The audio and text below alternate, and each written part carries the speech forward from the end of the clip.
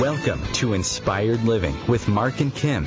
Every Wednesday, Mark and Kim, along with their special guests, will explore thought-provoking topics and ideas that promote creativity, self-help, healing, happiness, and well-being to inspire you on your spiritual journey. Each week, Mark and Kim will discuss different paths to achieving a more spiritual, balanced, happy, and healthy lifestyle. Topics will elevate consciousness and range from metaphysics to the human and social experience, and all things spiritual. Welcome to an inspired community that offers support, encouragement, and new ways of thinking. Mark and Kim are tested, certified, and professional spiritual mediums, metaphysical teachers, healers, and spiritual advisors with their own individual spiritual practices in Seattle, Washington, and Los Angeles, California. You are the inspired and the inspiration.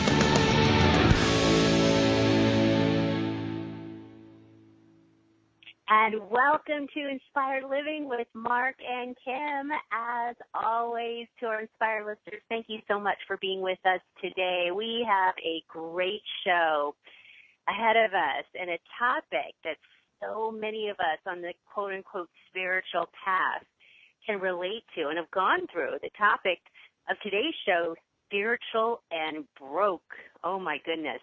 But it's not going to be doom and gloom, because I have a feeling our guest today is going to show us a different way of thinking about things that will help support us on our path. So it's a struggle that many folks, in the spiritual community have gone through. We're feeling called to assist humanity, to be in service to humanity, and that's what speaks to our heart.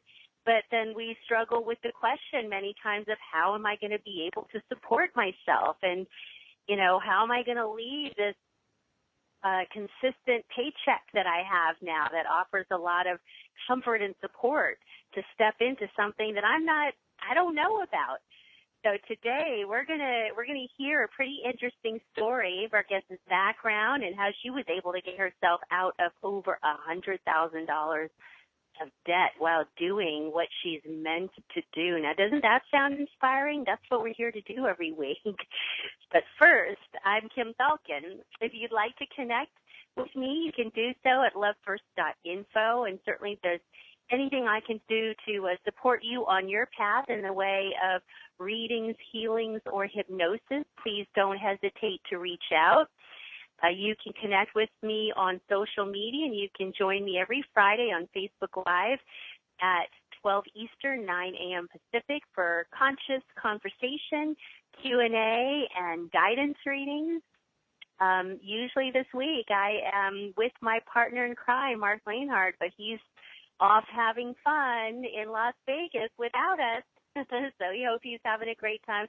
Can't wait to have him back. But certainly if you are interested in learning more about Mark, the Intuitive Prospector's work, you can do so at marklanehart.com. And you can also catch him on social media, Facebook Live, too, with his Metaphysical Mocha Mondays as well. So we got you covered all through the week, Monday, Wednesday, and Friday. So hope that you found that to be supportive for you. You can also call us live at 202-570-7057. If you've got questions for our guest today, if you're spiritual and you're broke, you have questions about that, call us up, because we have a guest that holds a lot of wisdom in this area from personal experiences. She's going to share that with us today. So really excited about that, where you can send through your questions on Facebook, on our Facebook page, which is Inspired Living Radio, which I'll be checking throughout the show.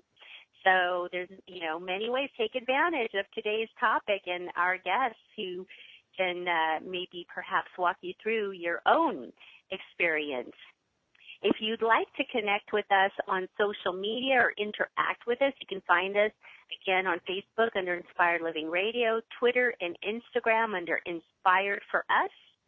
And you can learn about our upcoming shows. You can send through your questions or comments. We always love hearing from our inspired listeners. You can also listen to all of our archives on OMTimes Radio, Podbean, SoundCloud, marklanehart.com, YouTube, iTunes, and lovefirst.info. So without further delay, the topic today is, of course, spiritual and broke. And our guest, Jennifer Noel Taylor, Noel or Noel, you'll have to help me with that one. She is an energy healing practitioner, a self-help motivator, and the CEO of Quantum Touch, Inc. She has dedicated her life work to helping people discover the healing power of their love. Boy, I tell you what, there's nothing more powerful than love. And she graduated from Cal Poly San Luis Obispo with a background in computer science and philosophy. And after graduation, she started her first job as a software engineer. Boy, that's a big difference from what she's doing today, as many of us have experienced in our own lives. We make these big leaps from what we thought we were supposed to be doing into what it is we're feeling called to do, what's speaking to us from our heart. So she felt, and she'll talk to us about this, but just a part of her bio, she felt trapped and depressed at a job that paid the bills but didn't align with her true passion. So she knew that she had a purpose and felt aware that she was not following her true calling in life. This is a path that so many of us have been on, we've experienced, and it's all about moving to the next step, right, so that we can live out our life's purpose and also feel fully supported as we do that. So, Jennifer, thank you so much for being with us today. I have a feeling people are going to be all ears today. Thank you for being with us. Yeah, thanks so much for having me. I really appreciate it. This is such a great topic because I know a lot of people who have been struggling with money. So I think this topic is really, really interesting. Well, yeah, and just understanding your background, I mean, the software engineer to energy healing, that's like on opposite ends of the spectrum, right? And yeah. So many of us, right, we come from these very different backgrounds, but you were being pulled in a completely new direction, and it kind of, shakes up our world a little bit because we're like, whoa, what does this mean for us? What are we supposed to do? Is this, how am I going to make this work? So tell us a little bit about your background and how you got to where you are today. Oh, sure. So I graduated with a computer science degree from Cal Poly in San Luis Obispo, California. And I started my first job writing software for a large company in San Diego. And I quickly discovered how much I hated my job because I chose a career that I thought I was supposed to do. It was a nice, reliable career. But honestly, my heart wasn't into it at all. And I just felt like I was going through the motions at work and feeling more and more depressed. I go to work and hate Mondays and couldn't wait for weekends. And basically, I was just showing up at my cubicle to collect a paycheck. And I'm sure many people know that can get really depressing over time because you feel, I felt really lost. Like, why am I here? What am I doing? What's my purpose? Do I need to just work in a cubicle for the next 40 years? Right. Oh, goodness. So, that sounds hard to even hear. It feels stifling. Oh, I don't know if you've ever been in a cubicle all day, but oh my gosh, it just, it's how a lot of people work. You go to this office, it's air conditioned down to 50 degrees and it's freezing cold and you're just doing work that you're not into and wondering, what's the purpose of all this and barely making ends meet and hoping that maybe someday you can retire, but not sure how. I think a lot of people are in that conundrum, right? Yes, especially when you say, and you're starting to contemplate, how am I supposed to do this for the next 40 years? How long did you stay in that position for? Or in the corporate world, I should ask. In the corporate world, I stayed there for about 6 years, and during that time, I hated being there, and I just had to make a caveat here. If any of my former bosses are listening, it's really nothing to do with you guys. It was mostly the fact that just the line of work. And what happened was I was going to massage school at night because I was really fascinated by human touch and body work. And I started studying that, and from there I got really interested in energy healing. And that was about 18 years ago where I got interested in energy healing, and then the universe spoke to me.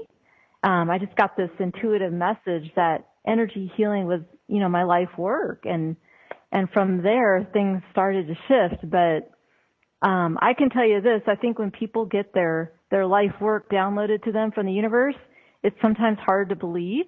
I question the universe's sanity because, yeah, at that time, 18 years ago, energy work was this really, really fringe hippie thing that nobody really did. And I told the universe, that doesn't pay any money. I'm going to be living on the street if I do energy healing for a living. You're pretty much crazy, universe. I'll just go back to my desk job. So I'm sure maybe we've all been through that. Oh, yeah. And I just want to share this with the listeners, too. And this is going to fit in right to our topic. But I remember, as a part of my path, I took a real interest in psychic readings. And I had these psychics that I was going to that really helped me understand, the greater depths of life and stuff. And so, that was a part of my journey. And then I remember when I was feeling like I was being called to step into this role, I was like, I don't want to, how am I going to be a psychic? All the ones that I know are broke. Like the ones that I would go to and the ones that I knew, they weren't able to, they weren't living comfortably like I was used to living, I mean, it's not like I was a multimillionaire, but I was living comfortably, and they weren't, they were all like living paycheck to paycheck or having other family members support them. And I kept thinking, what? I don't want to be like that. I can't live like that. So anyway, so go on. I had the same conversation with my universe. Right? How was this all supposed to work? Oh, totally. And the thing is that that's exactly what happened. I went to energy healing.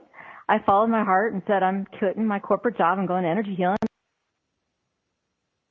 So many people, it's just, I couldn't make it work, money-wise. And one's worst nightmare, right? You go into this, you follow your heart, and the money doesn't come.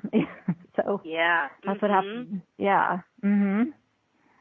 So, I had to go from there of how do I combine the two? How do I combine like traditional world finance knowledge and wisdom with, this career that's out in the energetic light work arena, and how do we integrate, these careers in like psychic, mediumship, or energy healing, or body work, or shamanic journey, and how do you integrate that with the real world of mortgages and taxes? Right. Yeah. So yeah. So how did you? So then the $135,000 worth of debt crept in. Is that the period that you were talking about there?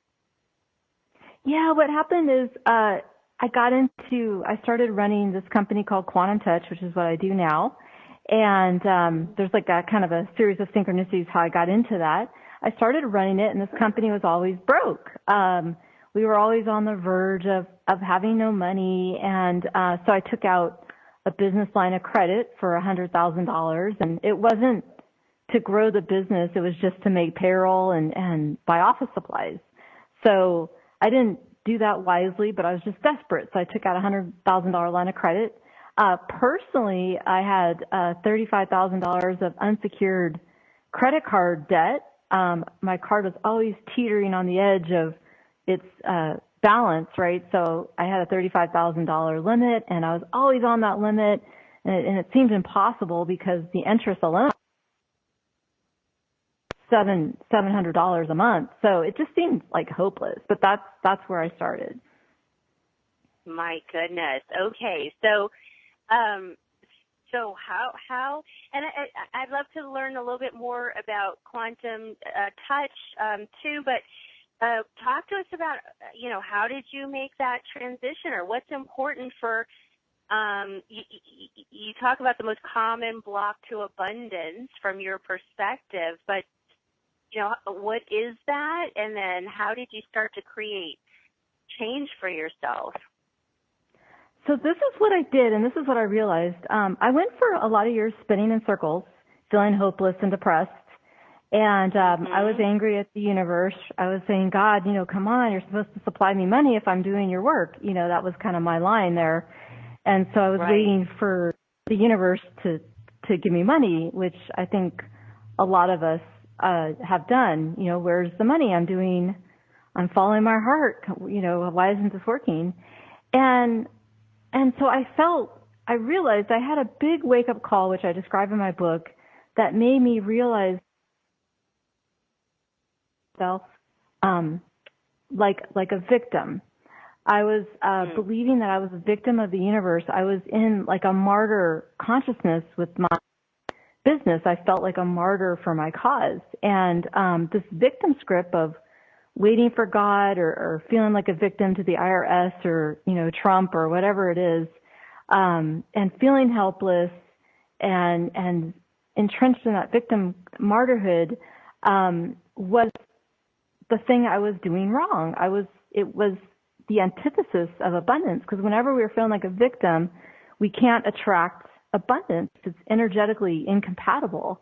And once I realized that, and it was this huge wake-up call that helped me realize that, once I fully realized that, yes, I really do generate my reality, all of it. I don't have to wait for God to fix it, or my friend to fix it, or the economy to get better, or, my spouse to fix it. Like, I need to become empowered and turn it around. And so that's reclaiming my power around it. Getting over that victim consciousness was the first step. And how did you get that message? Like, what was the aha moment for you? Oh, wouldn't you know, right as we get into it, we are heading into our first break. We'll be back in 2 minutes, so stay with us. This is getting good as we continue with our guest today, Jennifer Taylor, and we're talking about being spiritual and broke. Be back in 2.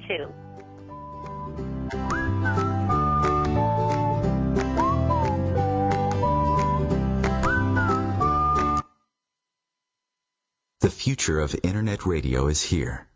OMTimes Radio. IOM FM. Host your show on IOM FM, the radio network of OMTimes Media, one of the more recognized brand names in the conscious community, and is backed by the extensive marketing reach of OMTimes. Hosting a show on IOM FM immediately connects you with our extensive dedicated community.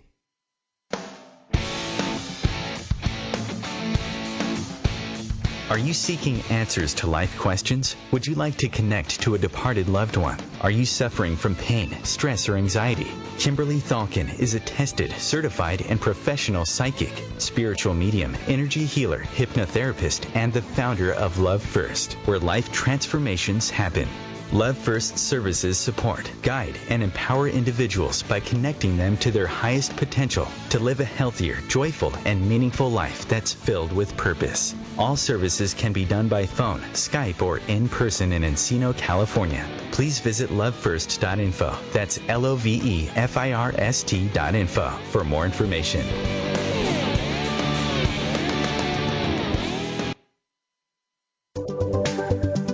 Hi, I'm Kelly Fox, host and astrologer of The Astrology Show. Each week, I'll give you access to the current transits, which are a valuable tool that provide astrological information to help unlock the potential each of us has. Understanding the stars can help steer us in the right direction to make better informed choices. So if you're wondering what's going to happen in your week ahead, be sure to tune in to The Astrology Show for guidance. Mondays at 9 p.m. Eastern Time. Death Row Dogs Rescue is a 100% all-volunteer, no-kill rescue 501c3 nonprofit organization. We are run solely by volunteers who dedicate their time and resources for the past 30 years to rescuing homeless pets from the streets in Los Angeles and surrounding areas, and from city and county animal shelters who are on death row, often moments away from being euthanized. We provide housing, medical care, and training to these neglected, abused, and often severely injured animals. Donate now, save a life, and allow these beautiful dogs to experience a home life filled with love. All donations are greatly appreciated and are tax deductible. Please visit www.deathrowdogsrescue.com to see some of our amazing dogs who need homes. Do not breed or buy. Make adoption your first option.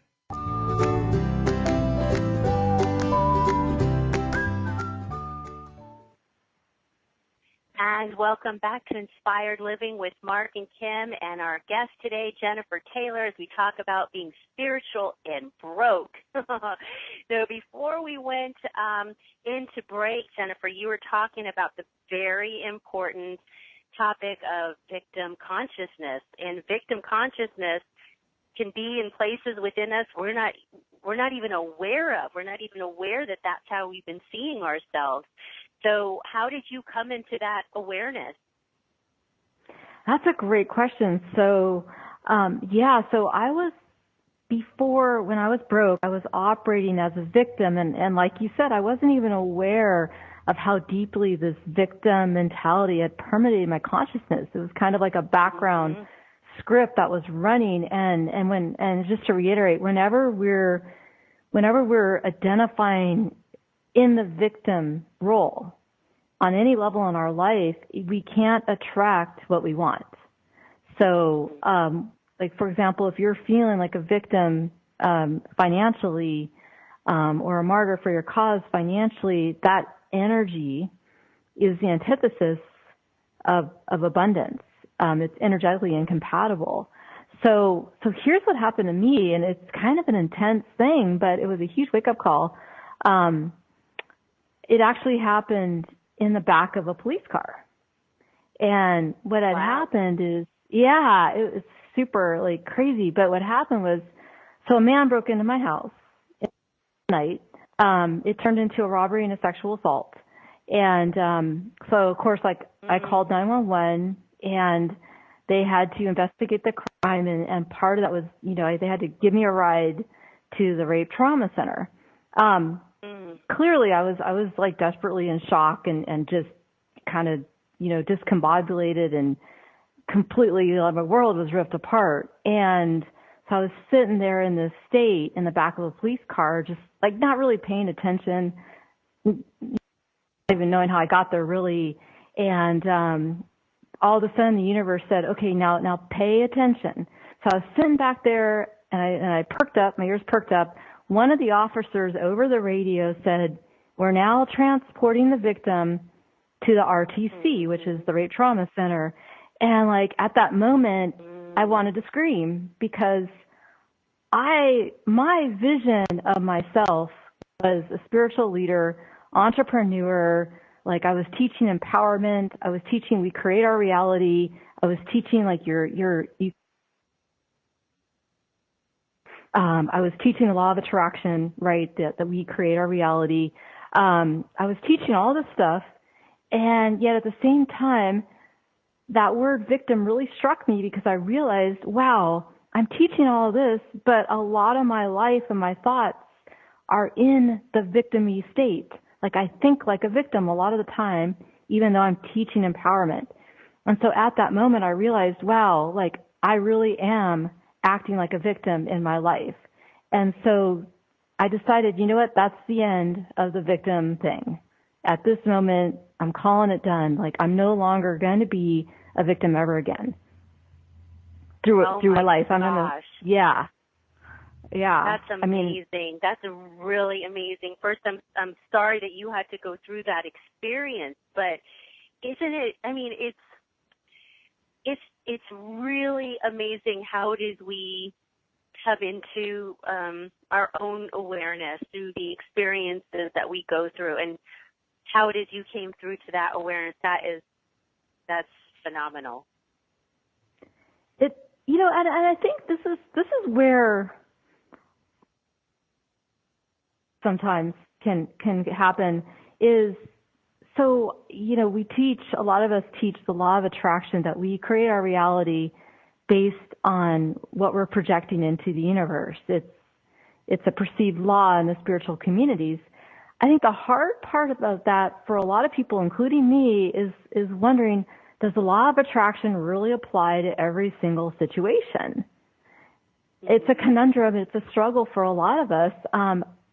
Before that event, I struggled with it because I thought, well, I believe in the law of attraction when things are going well, but I don't necessarily believe the law of attraction actually applies to my money. That's kind of that little thing I'll just push aside under the rug because, I don't really create my financial problems, or I don't really create my problems with men, but I'll take responsibility for the cool stuff. And I certainly didn't want to believe I created that horrific nightmare, of sexual assault. So I kind of struggled with the law of attraction for a long time because I didn't want to really believe it's really universally true in our lives. And right. That was part of my unwillingness to take responsibility was action. Right. I'm sorry, you're breaking up just a little bit. But I mean, of all times to, not see yourself as a victim in the back of the police car after what had just had happened, that's pretty powerful, Like you heard, it's amazing, like the vibration of words. And so when that police officer said that over the speaker or whatever, you heard that, the vibration of the word victim, like activated that knowingness in you, right? That's really powerful. Yeah, hearing somebody outside refer to me as a victim and how much it contradicted who I thought I was, it was just a big wake up. Like, wow, we can't do this victim thing anymore. And once you're willing to go that deep into it and say, all right, I'm done with victim consciousness, I'm done with scarcity, like I'm done with all this stuff, that's when things start to change. Okay. So could that be an affirmation? I'm done. When we say that out loud, I am done. Done. And I'm empowered around my money. I created my debt. I had to take ownership of the fact that, I created all this debt. I wasn't a victim of the IRS or God or whatever it is I was trying to blame it on. I actually generated that debt all by myself. And that's good news and bad news. The good news is that you're powerful enough to create that much debt. Good for you. That's awesome. You're also, if you're powerful enough to create it, you're powerful enough to create something different. So that's kind of what I was like, I created this. Good for me.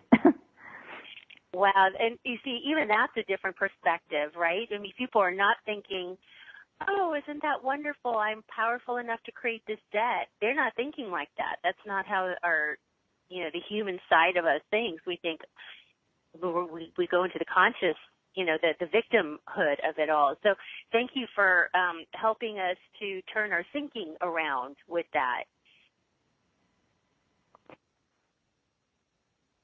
So when you talk about there are tips to get out of debt and building savings while following your life purpose, what might some of those tips be for us? Because, there's all kinds of commercials out there now that I think about it. Do you want to, earn a great living while you're living your purpose? Of course, who doesn't?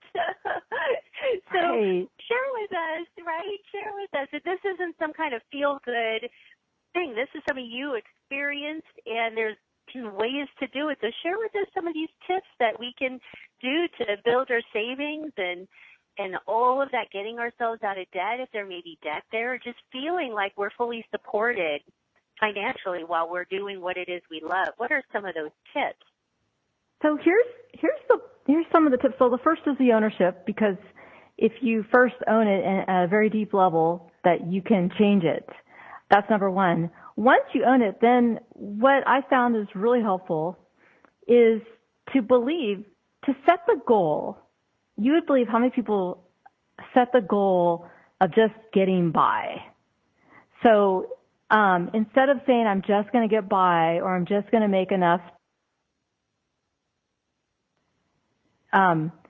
set the goal to make more, to earn more money than you spend. And that setting that kind of goal really shifted my energy and my thought process, because I had, believe it or not, I had never thought about making more money than I spend. But that's what you need to do to get out of debt and save money. And it's amazing how many people I talk to where their goal is just to get by. And you can't get ahead doing that. So that's number 2 is really understand that the goal, you set your goal.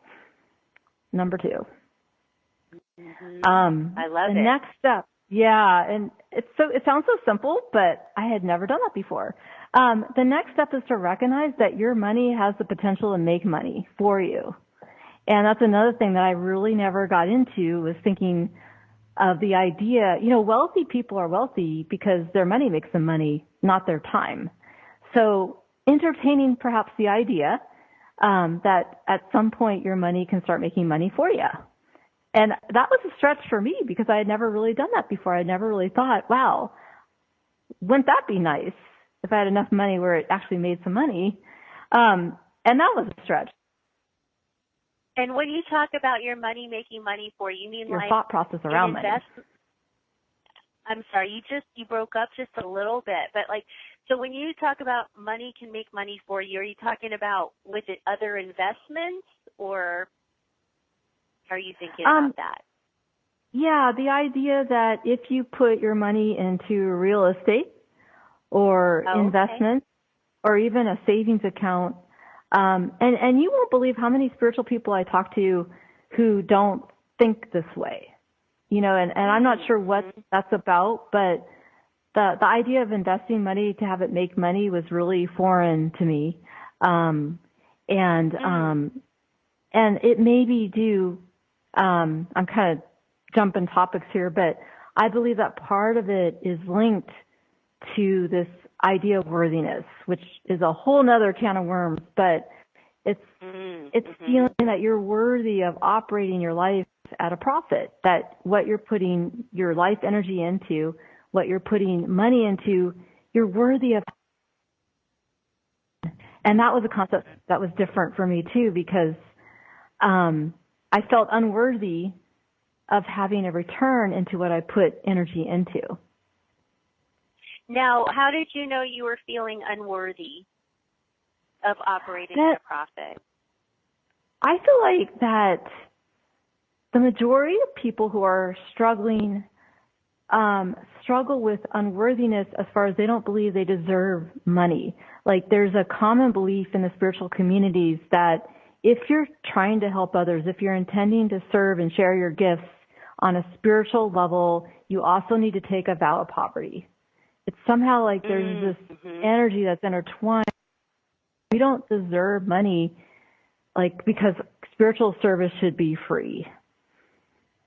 Right. And there's also people out there that feel that too, that are seeking this service. But I'd imagine that you'd be attracting those people if that was what your consciousness was too.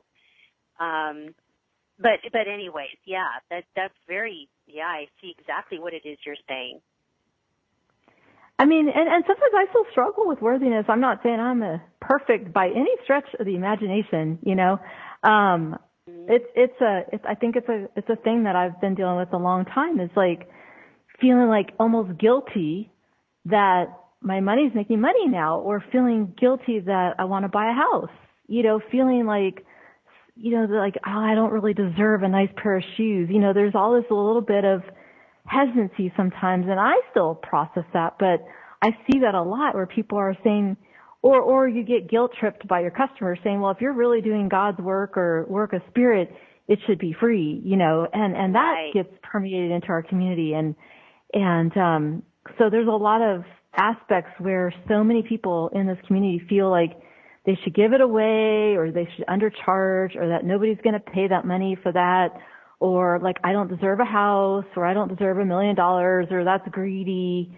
All those stories, get in the way. So that's a whole other can of worms.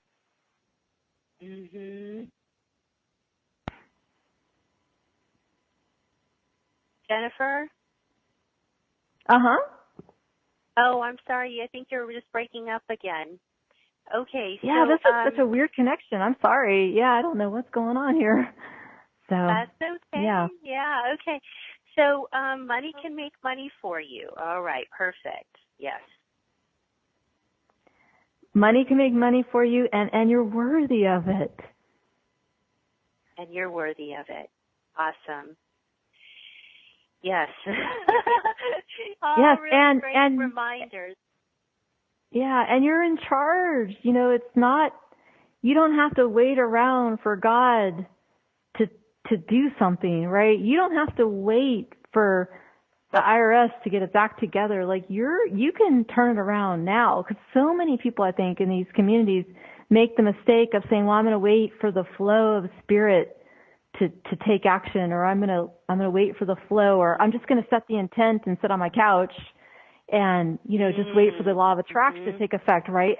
But you actually can take action now, and it's amazing how much action you can take on this, you know, and it can be baby steps every day. Like, for example, I did one of the most intimidating things ever and opened an E-Trade account, which to me is super intimidating because it deals with both having money make money and investing. And I'm like, I don't know what I'm doing. But I thought, I'll just open the account today.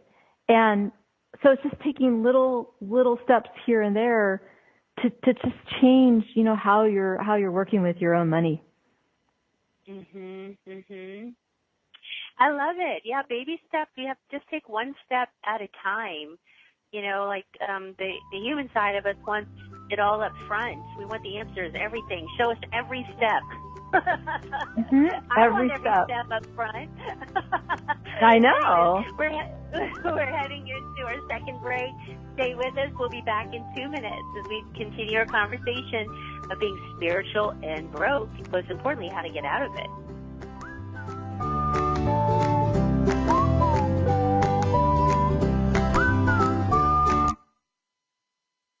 The cutting edge of conscious radio. OMTimes Radio. IOM FM. Have you wondered how to change your love paradigm? The secret key is finding a love partnership, not just a regular connection. How do you find these? Through conscious relationships. Ascending Hearts Dating is a dating site for people like you that believes in second chances and a different type of spiritual connection. Try Ascending Hearts for free at ascendinghearts.com and change your love paradigm. Ascending Hearts, the premier dating community for the spiritually awake. One planet, 7.3 billion people, only one you. Life offers us many opportunities and learning experiences. Are you ready to explore and discover this beautiful planet, the life and energy all around us, the spiritual world, and what is unseen, along with your own personal soul adventure? Mark Lanehart, the intuitive prospector, is the spiritual connection you have been prospecting for. Internationally known as a tested and professional clairvoyant medium and spiritual advisor, Mark's work as a metaphysical teacher, medical instructor, radio show host, inspirational writer, and hiking guide are here to help you on a journey of self-discovery, healing, inspiration, education, and a whole lot of spiritual awesomeness. Dare to dream. Dare to explore. Dare to live. For more information on Mark's spiritual practice in Seattle, Washington, please visit marklanehart.com or internet search The Intuitive Prospector. Tune in to The Practical Intuitive, Mind, Body, Spirit for the Real World with me, host Robin Fritz, Mondays at 2 p.m. Pacific, 5 Eastern. I'll cover personal and business intuition, animal communication, mediumship, space clearing, past life regression, shamanic insights, energy healing, soul choice, and more, all to help you tap your own intuitive and healing skills. No ifs, ands, or buts. To protect his home and family from disaster, Steve used courage, wisdom, and his camera phone. That should do it. Way to go, Steve! By simply taking digital pictures of his family's important documents, Steve can always have them stored safely online, no matter when disaster strikes. Learn other simple ways to protect your home and family before a natural disaster at ready.gov. That's ready.gov. A message from FEMA and the Ad Council.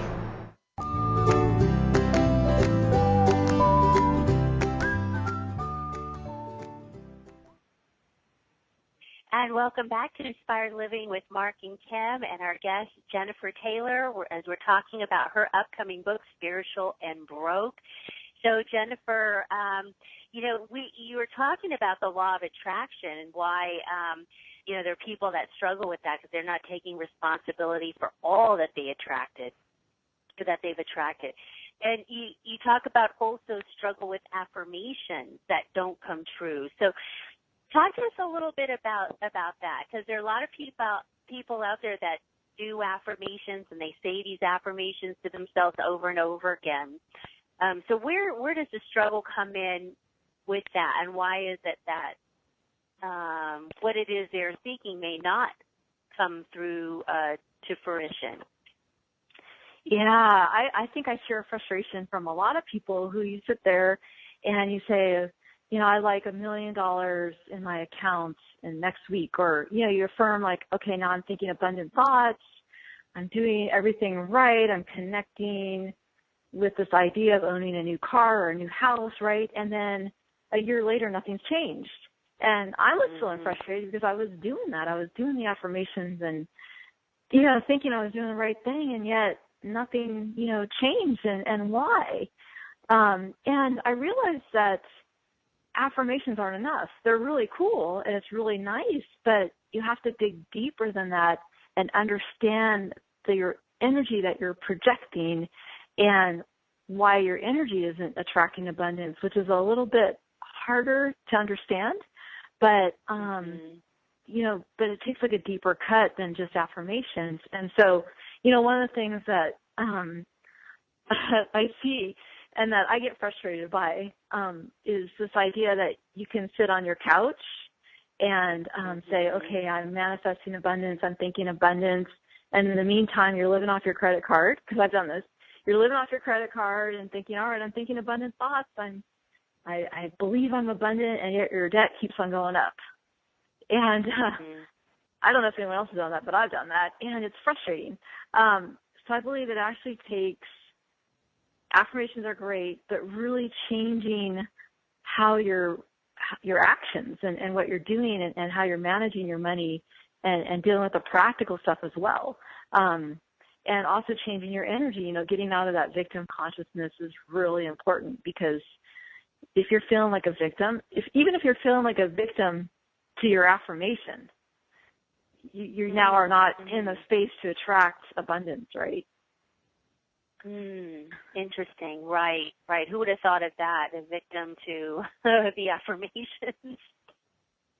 I know. Wow. Well, yeah. I mean, if you're thinking, I've been thinking abundant thoughts for a year and nothing's happening, and now you're frustrated and feeling like a victim to your affirmation program, now you're not running the right energy to attract what you need, or even, I've just seen this happen so many times, and I've done it. And now you're angry at God, and you're just saying, come on, God, where's the money? And that just makes it worse.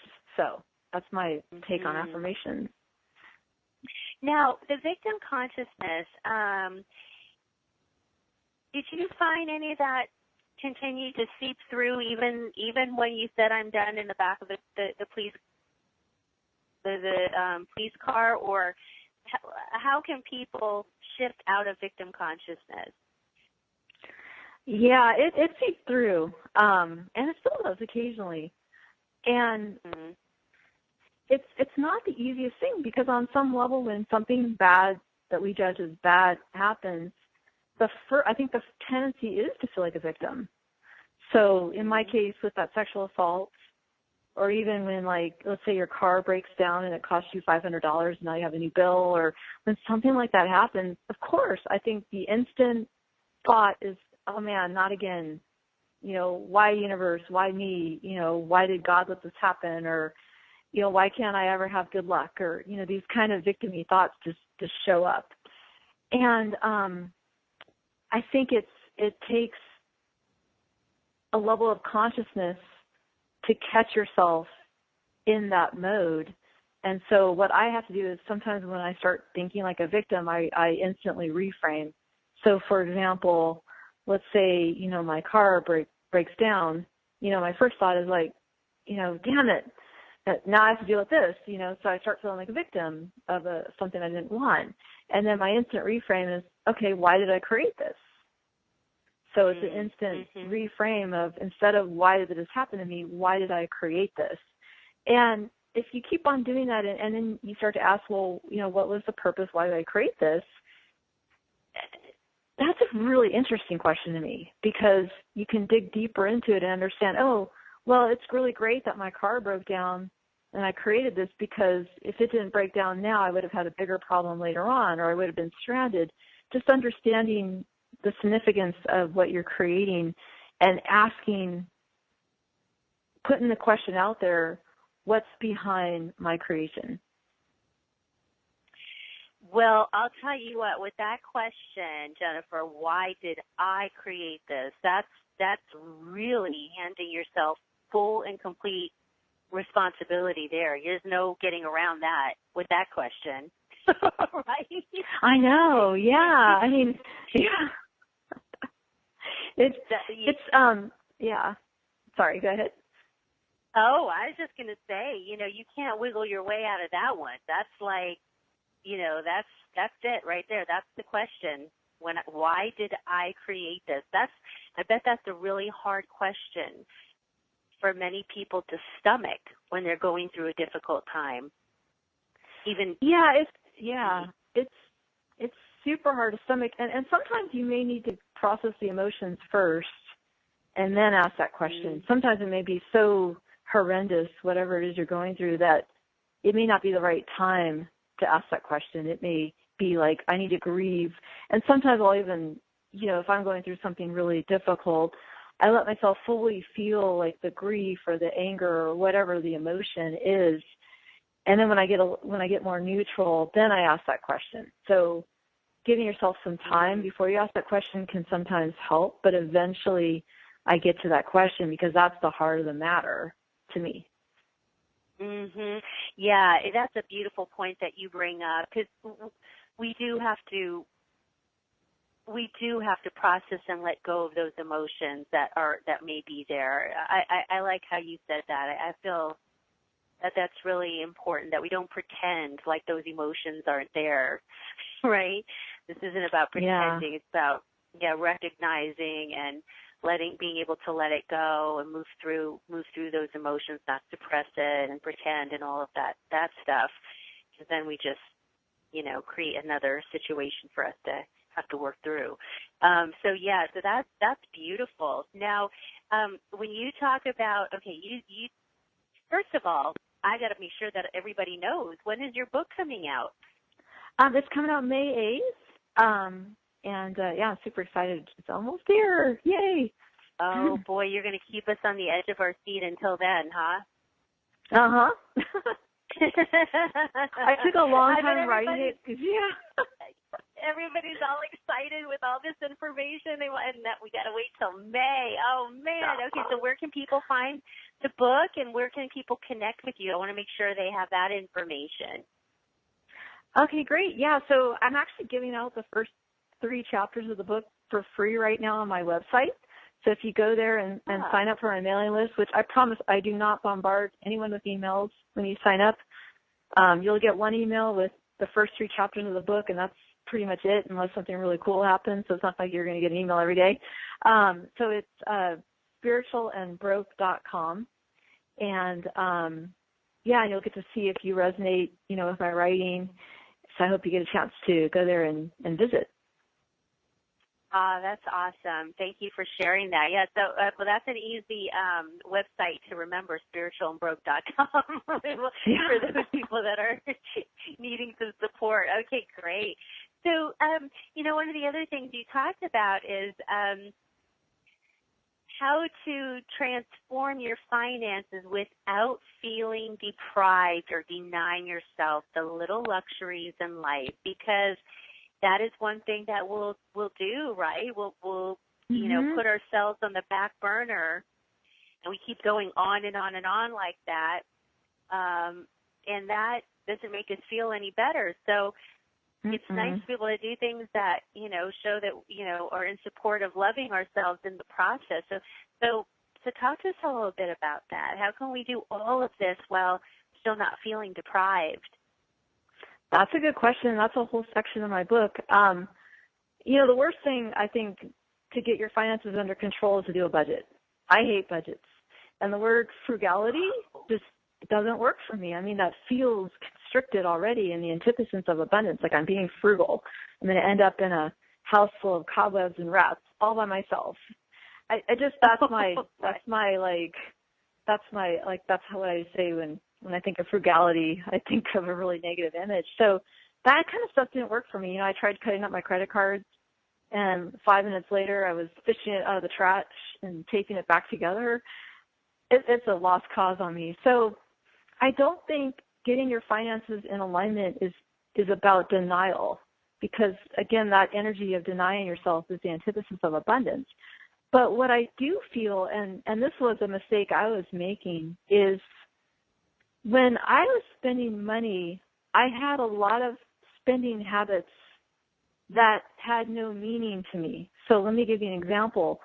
I'm in the checkout line at Whole Foods, and there's People magazine, and I just get it just out of habit, and I don't even enjoy reading it. You know, I think, oh, this is lame, or, you know, whatever. I don't even enjoy it that much. It has no meaning to me, but I just bought something that I don't particularly like that much or love or use. And I had a lot of things I was doing that with. I had, like, clothes I never wore. I collected throw pillows, like some people collect rare spoons. I had just all this stuff, and, you know, that I never really got much joy out of. And there's that whole book out there, you know, about, you know, using what brings you joy, and how to declutter your life. Well, I feel like decluttering your spending, right, is when you go to spend money, you know, taking a pause and saying, do I really love what I'm spending money on right now? And that includes everything. That includes, like, are you loving the food you're buying? Are you loving the place you live? You know, everything you're putting money into, do you love it? And when I started really asking myself that question, it was amazing how much money I was spending on things that either I didn't use or didn't love. It was just mind-boggling how much stuff I had that I had no relationship or connection or love of. And I describe more in my book. I kind of spiraled down into this whole area of self-growth, of this idea that on some level, when I spent money on stuff, I was trying to buy love rather than buying what I love. So it was a huge wake-up call just to look at my spending that way. These are really major, you know, lessons, quote-unquote lessons that you learned, that you're sharing with us. It's still, you know, sometimes we share things, or we share experiences with other people, but these things that we're sharing sometimes can equal years of hardship or challenge to get to that understanding that we share in 10 seconds. You know, that might seem like a, right? So I can tell just from what it is, you know, you're sharing with us that you had to go through a lot of experiences to get to these, you know, principles that you're sharing now with us. So thank you for that. Thank you for that. Yeah, thank you. Yeah, I go into a little more detail in my book. I was just realizing we're probably running out of time, but yeah, just, you know, there's the worthiness and how we spend money, and it's all related. It ironically all comes back to love, like really connecting with what we really love on a very deep level. And yeah, it's just amazing where you end up when you start looking at your spending. Yeah, it is, and people don't because what you're talking about is energetics. It's vibrational. and people aren't paying attention to their lives in that way most of the time. And so it's, you're pointing us in a different direction to look at, understand things in a different way. So this is beautiful. Thank you so much. Yeah, we are coming towards the end of our time here. And you are also the author of another book, too, called Love Incorporated, The Business of Doing What You Love. And so, for our listeners who want to learn more about some of the books that you've written and your upcoming book, they can connect with you at JenniferNoelTaylor.com. What a pretty name. Okay. So, Jennifer Noel. Yeah. JenniferNoelTaylor.com. It is on our website and our social media posts, so just take a look at that, and this would be a good way to keep in touch with you for those that are interested. And I just want to say thank you so much for spending your time, and I'm sure that quantum touch healing can help support people on their path too, and what it is we are talking about, right?